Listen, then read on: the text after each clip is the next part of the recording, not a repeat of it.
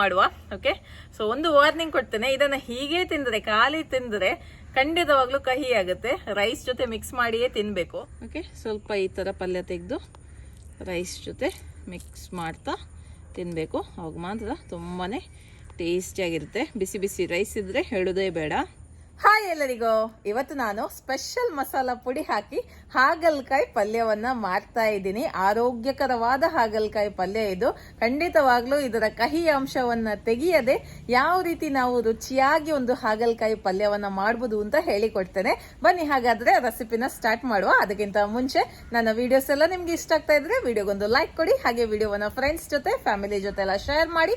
Channel ಅನ್ನು first time ನೋಡ್ತಾ ಇರೋದಾದ್ರೆ please subscribe ಮಾಡಿ, ನನಗೆ ಸಪೋರ್ಟ್ ಮಾಡಿ. ಓಕೆ, ಹಾಗಲಕಾಯಿ ಪಲ್ಯ ಮಾಡಲಿಕ್ಕೆ ಇಲ್ಲಿ ನಾನು ಒಂದು ಹಾಗಲಕಾಯಿಯನ್ನ ತಗೊಂಡಿದ್ದೇನೆ. ನನಗೆ ಇಷ್ಟು ಸಾಕು ಇವತ್ತಿಗೆ, ಹಾಗಾಗಿ ಒಂದನ್ನೇ ನಾನು ಯೂಸ್ ಮಾಡ್ತಾ ಇದ್ದೀನಿ. ಸೊ ನಿಮ್ಗೆ ಎಷ್ಟು ಬೇಕು ನೋಡಿ ಅಷ್ಟು ನೀವು ಬಳಸಬಹುದು. ನಾನು ಹೇಳ್ತೇನೆ ನೋಡಿ, ಒಂದು ಹಾಗಲಕಾಯಿಗೆ ಒಂದು ಟೊಮೆಟೊ, ಒಂದು ದೊಡ್ಡ ಈರುಳ್ಳಿ, ಇದು ಮೀಡಿಯಂ ಸೈಜ್ ಉಂಟು ಇಲ್ಲಿ, ಇದಕ್ಕಿಂತ ದೊಡ್ಡ ಸೈಜ್ ಇದ್ರೆ ಅದನ್ನ ತಕೊಳ್ಳಿ, ಅಥವಾ 2 ಈರುಳ್ಳಿಯನ್ನ ತಕೊಂಡ್ರೆ ಕೂಡ ಆಗತ್ತೆ. ಈ ರೀತಿ ನಾನು ಮೆಜರ್ಮೆಂಟ್ ಮಾಡಿ ಹಾಕೋದು. ಹಾಗಾಗಿ ನೀವು 2 ಹಾಗಲಕಾಯಿ ತಕೊಂಡ್ರೆ ಇದನ್ನ ಡಬಲ್ ಮಾಡಿದ್ರೆ ಆಯ್ತು, ಇದೇ ರೇಷ್ಯದಲ್ಲಿ ತಕೊಂಡ್ರೆ ಆಯ್ತು. ಈರುಳ್ಳಿ ಹೆಚ್ಚಾದ್ರೂ ಪರವಾಗಿಲ್ಲ, ತುಂಬಾ ಒಳ್ಳೇದೇ ಆಗ್ತದೆ. ಆದಷ್ಟು ಈರುಳ್ಳಿ ದೊಡ್ಡ ಸೈಜ್, ಇದು ಮೀಡಿಯಂ ಸೈಜ್ ಅಲ್ಲಿ ಉಂಟು, ಇದಕ್ಕಿಂತ ದೊಡ್ಡ ಸೈಜ್ ಆದ್ರೆ 1 ಹಾಕಿ, ಚಿಕ್ಕದಿದ್ರೆ ಅಥವಾ ಮೀಡಿಯಂ ಇದ್ರೆ 2 ಹಾಕಿಕೊಳ್ಳಿ, ಆಯ್ತಾ. ಓಕೆ, ಈಗ ಇದರ ಪಲ್ಯವನ್ನ ಹೇಗೆ ಮಾಡುದು ಅಂತ ನೋಡುವ. ಮೊದಲಿಗೆ ಹಾಗಲಕಾಯಿಯನ್ನ ಚಿಕ್ಕ ಚಿಕ್ಕದಾಗಿ ಕಟ್ ಮಾಡಬೇಕು. ಓಕೆ, ಆಲ್ರೆಡಿ ನಾನು ಕಟ್ ಮಾಡಿ ರೆಡಿ ಮಾಡಿ ಇಟ್ಟಿದ್ದೀನಿ ನೋಡಿ. ಈ ತರ ನೀವು ಕಟ್ ಮಾಡಿದ್ರೆ ಆಯ್ತು. ಹಾಗಲಕಾಯಿನ ಕಟ್ ಮಾಡಿ ಅದರ ಬೀಜವನ್ನ ತೆಗೆದು ಈ ತರ ಚಿಕ್ಕ ಚಿಕ್ಕದಾಗಿ ಕಟ್ ಮಾಡಬೇಕು. ಅವಾಗ ಮಾತ್ರ ಇದು ಬೇಗನೆ ಬೇಯುತ್ತೆ ಮತ್ತೆ ತುಂಬಾನೇ ರುಚಿಯಾಗಿ ಬರುತ್ತೆ. ತುಂಬಾ ದೊಡ್ಡ ದೊಡ್ಡ ಪೀಸ್ ಮಾಡಿದ್ರೆ ನಿಮ್ಗೆ ಅಷ್ಟು ಬೇಗ ಬೇಯಲ್ಲ, ಹಾಗೂ ಅಷ್ಟು ಟೇಸ್ಟಿ ಕೂಡ ಆಗಲ್ಲ. ಈ ರೆಸಿಪಿಗೆ ಆದಷ್ಟು ಚಿಕ್ಕ ಚಿಕ್ಕ ಪೀಸಸ್ ಅನ್ನ ಮಾಡಬೇಕು. ಓಕೆ, ಕೆಲವರು ಇದರ ಹೊರಗಿನ ಇದನ್ನ ನೋಡಿ, ಇದನ್ನ ತೆಗಿತಾರೆ, ಅದು ನಿಮಗೆ ಬಿಟ್ಟದ್ದು. ನೀವು ತೆಗೆಯುವುದಾದ್ರೆ ಇದನ್ನ ತೆಗಿಬಹುದು. ಹಾಗೆ ಇದರ ಕಹಿ ಅಂಶ ಹೋಗ್ಲಿಕ್ಕೆ ಕೆಲವರು ಇದಕ್ಕೆ ಸ್ವಲ್ಪ ಉಪ್ಪು ಹಾಕಿ ಒಂದು 10-15 ನಿಮಿಷ ಇಡ್ತಾರೆ. ನಿಮ್ಮ ಮನೆಯಲ್ಲಿ ಮಕ್ಕಳಿದ್ದಾರೆ, ಕಹಿ ಆಗಿರುವುದು ತಿನ್ನುವುದಿಲ್ಲ ಅಂತ ಆದ್ರೆ ಆ ಸ್ಟೆಪ್ ಅನ್ನ ನೀವು ಮಾಡಬಹುದು. ನಾನು ಇವತ್ತು ಹೆಲ್ದಿಯಾಗಿ ಮಾಡ್ತಾ ಇದ್ದೀನಿ, ಹಾಗಾಗಿ ನಾನು ಇದರ ಕಹಿ ಅಂಶವನ್ನ ತೆಗಿತಾ ಇಲ್ಲ. ಓಕೆ, ನಿಮ್ಗೆ ಬೇಕಿದ್ರೆ ಸ್ವಲ್ಪ ಇದನ್ನ ನೀವು ಉಪ್ಪು ಹಾಕಿ ಇಡಬಹುದು. ಓಕೆ, ಉಪ್ಪು ಹಾಕಿ ಇಟ್ಟು ಒಂದು 15 ನಿಮಿಷ ನಂತರ ಅದನ್ನ ಹಿಂಡಿ ತೆಗೆದ್ರೆ ಅದರ ಕಹಿ ಅಂಶ ಎಲ್ಲ ಹೋಗುತ್ತೆ. 90% ಕಹಿ ಅಂಶ ಹೋಗುತ್ತೆ. ಓಕೆ, ಈಗ ಇದರ ಪಲ್ಯವನ್ನ ಮಾಡುವ. 1 ಟೇಬಲ್ ಚಮಚದಷ್ಟು ತೆಂಗಿನೆಣ್ಣೆ, 1 ದೊಡ್ಡ ಈರುಳ್ಳಿ ಚಿಕ್ಕ ಚಿಕ್ಕದಾಗಿ ಕಟ್ ಮಾಡಿ ಹಾಕಿಕೊಳ್ಳಿ.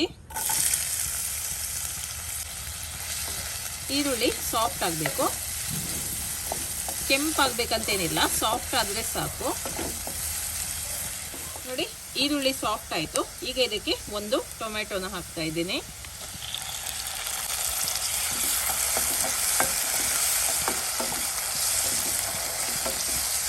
ಟೊಮೆಟೊ ಕೂಡ ಒಳ್ಳೆ ಸಾಫ್ಟ್ ಆಯ್ತು. ಈಗ ಹಾಗಲಕಾಯಿಯನ್ನ ಹಾಕುವ. ತುಂಬಾ ಒಳ್ಳೇದಾಗ್ತದೆ ಇದು. ಮೀನು ಸಾರು, ಬಾಯ್ಲ್ಡ್ ರೈಸ್ ಹಾಗೂ ಸೈಡಲ್ಲಿ ಪಲ್ಯ ಇದ್ರೆ ತುಂಬಾ ಚೆನ್ನಾಗಿ ಊಟ ಸೇರುತ್ತೆ. ನಾನ್ ವೆಜ್ ತಿನ್ನಲ್ಲ, ವೆಜ್ ತಿನ್ನೋರಾದ್ರೆ ಹೀಗೇನೆ ನೀವು ಖಾಲಿ ರೈಸ್ ಜೊತೆ ತಿನ್ಬೋದು. ತುಂಬಾ ಒಳ್ಳೇದಾಗ್ತದೆ ಈ ಪಲ್ಯ. ಇವನ್ ಚಪಾತಿ, ನೀರು ದೋಸೆ ಕೂಡ ತುಂಬಾನೇ ಒಳ್ಳೇದಾಗುತ್ತೆ ಇದು. ಓಕೆ, ಇದನ್ನ ನೀವು ಹೀಗೇನೆ ಬೇಯಿಸ್ಬೋದು, ಎಣ್ಣೆಯಲ್ಲೇ ಇದನ್ನ ಬೇಯಿಸ್ಬೋದು. ಲೋ ಫ್ಲೇಮಲ್ಲಿ ಇಟ್ಟು ಬೇಯಿಸ್ಬೇಕು, ಅದೇ ತುಂಬಾ ಹೊತ್ತಾಗುತ್ತೆ. ಹಾಗಾಗಿ ನಾನು ಇದಕ್ಕೆ ಸ್ವಲ್ಪ ನೀರನ್ನ ಹಾಕಿ ಬೇಯಿಸ್ತೇನೆ, ಸ್ವಲ್ಪ ಬೇಗ ಆಗ್ಲಿ ಅಂತ ಅಷ್ಟೇ. ನಿಮ್ಗೆ ನೀರು ಹಾಕ್ಲಿಕ್ಕೆ ಮನಸ್ಸಿಲ್ಲ ಅಂದ್ರೆ ಖಾಲಿ ಹೀಗೇನೆ ಸಿಮ್ಮಲ್ಲಿ ಇಟ್ಟು ನೀವು ಇದನ್ನ ಬೇಯಿಸ್ಬೋದು. ಸ್ವಲ್ಪ ನೀರು, ಓಕೆ, ಜಾಸ್ತಿ ಹಾಕೋದು ಬೇಡ, ಅರ್ಧ ಲೋಟದಷ್ಟು ಹಾಕಿದ್ದೀನಿ ಅಷ್ಟೇ. ಓಕೆ, ಈಗ ಮುಚ್ಚಳವನ್ನ ಮುಚ್ಚಿ ಇದನ್ನ ಬೇಯಿಸ್ಲಿಕ್ಕೆ ಇಡುವ. ಓಕೆ, ಸುಮಾರು ಒಂದು 5 ನಿಮಿಷ ಆಯ್ತು ನೋಡಿ. ಹಾಗಲಕಾಯಿ ಒಳ್ಳೆ ರೀತಿಯಲ್ಲಿ ಬೆಂದಿದೆ. ಓಕೆ, ಒಳ್ಳೆ ಸಾಫ್ಟ್ ಆಗಿದೆ. ಈಗ ಇದಕ್ಕೆ ರುಚಿಗೆ ತಕ್ಕಷ್ಟು ಉಪ್ಪನ್ನು ಹಾಕ್ತಾ ಇದ್ದೀನಿ. ಹಾಗೆ 1 ತುಂಡು ಬೆಲ್ಲ. ಬೆಲ್ಲ ಬೇಕಿದ್ರೆ ಮಾತ್ರ ಹಾಕಿಕೊಳ್ಳಿ, ನಿಮ್ಗೆ ಬೇಡ, ನಿಮ್ಗೆ ಇದರ ಹೆಲ್ತ್ ಬೆನಿಫಿಟ್ಸ್ ಪೂರ್ತಿಯಾಗಿ ಬೇಕು, ಕಹಿ ಇದ್ರೆ ಪರವಾಗಿಲ್ಲ ಅಂತ ಆದ್ರೆ ಬೆಲ್ಲವನ್ನ ಸ್ಕಿಪ್ ಮಾಡ್ಬೋದು. ಓಕೆ, ಅಥವಾ ನಿಮ್ಗೆ ಓಕೆ ಅಂತ ಆದ್ರೆ ಬೆಲ್ಲವನ್ನ ಹಾಕ್ಬೋದು. ಓಕೆ, ಬೆಲ್ಲದ ಜೊತೆ ಸ್ವಲ್ಪ ಹೊತ್ತು ಇದು ಬೇಯಲಿ, ಬೆಲ್ಲ ಎಲ್ಲ ಮೆಲ್ಟ್ ಆಗಲಿ. ಓಕೆ, ಬೆಲ್ಲದ ಪುಡಿ ಇದ್ರೆ ಅದನ್ನು ಕೂಡ ಹಾಕ್ಬೋದು. ನಾನು ಬೆಲ್ಲವನ್ನ ಲಾಸ್ಟಿಗೆ ಹಾಕಿದ್ದು, ಸ್ಟಾರ್ಟಿಂಗ್ ಅಲ್ಲಿ ಹಾಕ್ಲಿಲ್ಲ.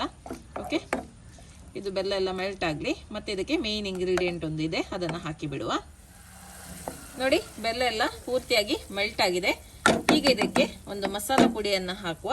ನೋಡಿ, ಅದುವೇ ನೋಡಿ ಬಾಫತ್ ಮಸಾಲ. ಓಕೆ, ಈ ಮಸಾಲ ಒಂದೇ ಇದ್ರೆ ಬೇರೆ ಯಾವ ಮಸಾಲ ಕೂಡ ಬೇಡ.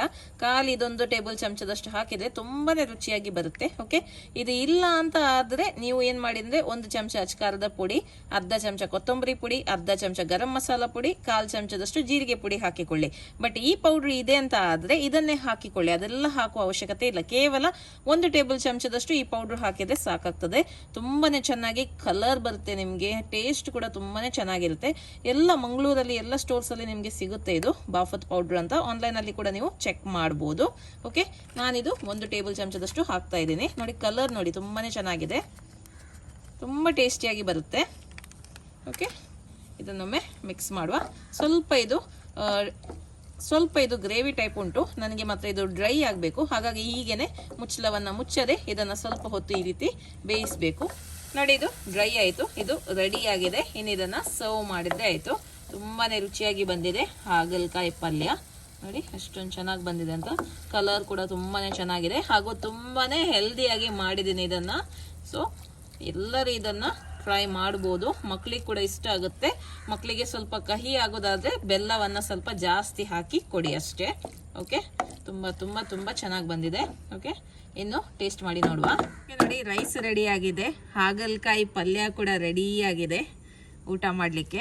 ಹಾಗಲಕಾಯಿ ಯಾರಿಗೆಲ್ಲ ಇಷ್ಟ ಇಲ್ಲ ನೋಡಿ, ಅವರಿಗೆ ಕೂಡ ಈ ಪಲ್ಯ ತುಂಬಾನೇ ಇಷ್ಟ ಆಗುತ್ತೆ, ತುಂಬಾನೇ ರುಚಿಯಾಗಿರುತ್ತೆ. ಇದು ತುಂಬ ಬೇಕಂತಿಲ್ಲ, ಸ್ವಲ್ಪ ಇದ್ರೆ ಸಾಕಾಗ್ತದೆ. ಓಕೆ, ಆದರೆ ನಾನು ಮಾತ್ರ ತುಂಬ ಹಾಕ್ತಾ ಇದ್ದೀನಿ, ಆರೋಗ್ಯಕ್ಕೆ ಒಳ್ಳೆಯದು ಅಂತ ಹೇಳಿ. ಸ್ಪೆಷಲಿ ಡಯಾಬಿಟೀಸ್ ಇದ್ದವ್ರಿಗಂತೂ ತುಂಬ ತುಂಬ ಒಳ್ಳೆಯದು ಇದು ಹಾಗಲಕಾಯಿ. ಓಕೆ, ಇನ್ನು ಇದನ್ನು ಟೇಸ್ಟ್ ಮಾಡಿ ನೋಡುವ. ಓಕೆ, ಈಗ ಊಟ ಮಾಡುವ. ಓಕೆ, ಸೊ ಒಂದು ವಾರ್ನಿಂಗ್ ಕೊಡ್ತೇನೆ, ಇದನ್ನ ಹೀಗೆ ತಿಂದರೆ, ಖಾಲಿ ತಿಂದರೆ ಖಂಡಿತವಾಗ್ಲೂ ಕಹಿ ಆಗುತ್ತೆ. ರೈಸ್ ಜೊತೆ ಮಿಕ್ಸ್ ಮಾಡಿಯೇ ತಿನ್ಬೇಕು. ಸ್ಪೆಷಲಿ ಮೀನ್ ಸಾರಿದ್ರೆ, ಮೀನ್ ಸಾರು ಮತ್ತೆ ಈ ಪಲ್ಯ ಹಾಕಿ ತಿಂದ್ರೆ ತುಂಬಾ ಚೆನ್ನಾಗಿರುತ್ತೆ. ಬಂಗುಡೆ ಸಾರೆಲ್ಲ ಇದ್ರೆ ವೆಜ್ ತಿನ್ನುವವರು ಹೀಗೇನೆ ತಿನ್ಬೋದು. ಚಪಾತಿ ಜೊತೆ ಕೂಡ ತುಂಬಾ ಒಳ್ಳೇದಾಗ್ತದೆ. ಬಟ್ ಖಾಲಿ ಪಲ್ಯವನ್ನ ನೀವು ಬಾಯಿಗಿಟ್ರೆ ತುಂಬಾ ಕಹಿ ಆಗುವ ಚಾನ್ಸಸ್ ಇದೆ. ಓಕೆ, ಹಾಗೆ ಇದನ್ನು ಮಿಕ್ಸ್ ಮಾಡಿ ತಿನ್ಬೇಕು.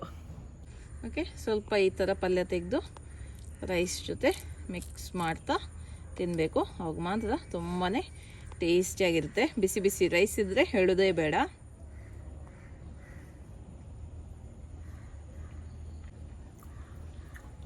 ಹಾಗಲಕಾಯಿ ತುಂಬ ಚೆನ್ನಾಗಿ ಬೆಂದಿದೆ. ಮಸಾಲ ಟೇಸ್ಟ್ ಅಂತೂ ತುಂಬ ಸೂಪರ್ ಆಗಿದೆ. ಈ ಮಸಾಲ ಪುಡಿ ನಿಮಗೆ ಸಿಕ್ಕಿದ್ರೆ ಖಂಡಿತವಾಗ್ಲೂ ಈ ಪುಡಿಯನ್ನೇ ಹಾಕಿ ನೀವು ಮಾಡಿ. ಹಾಗೆ ನಾನು 1 ತುಂಡು ಬೆಲ್ಲ ಹಾಕಿದ್ದೀನಿ, ಆ ಕಹಿಯನ್ನು ಬ್ಯಾಲೆನ್ಸ್ ಮಾಡಲಿಕ್ಕೆ. ತುಂಬ ಚೆನ್ನಾಗಿ ಬ್ಯಾಲೆನ್ಸ್ ಆಗಿದೆ ಕಹಿ. ಒಂದು ಹೆಲ್ದಿ ಆದ ರೆಸಿಪಿನ ಶೇರ್ ಮಾಡಿದ್ದೀನಿ. ಖಂಡಿತವಾಗ್ಲೂ ನೀವು ಇದನ್ನ ಟ್ರೈ ಮಾಡಿ ನಿಮ್ಮ ಮನೆಯಲ್ಲಿ, ಮತ್ತೆ ನಿಮ್ಮ ಅಭಿಪ್ರಾಯವನ್ನ ನನಗೆ ತಿಳಿಸಿ. ಇನ್ನು ಮುಂದಿನ ವಿಡಿಯೋದಲ್ಲಿ ಸಿಗ್ತೀನಿ. ಅಲ್ಲಿ ತನಕ ಬಾಯ್.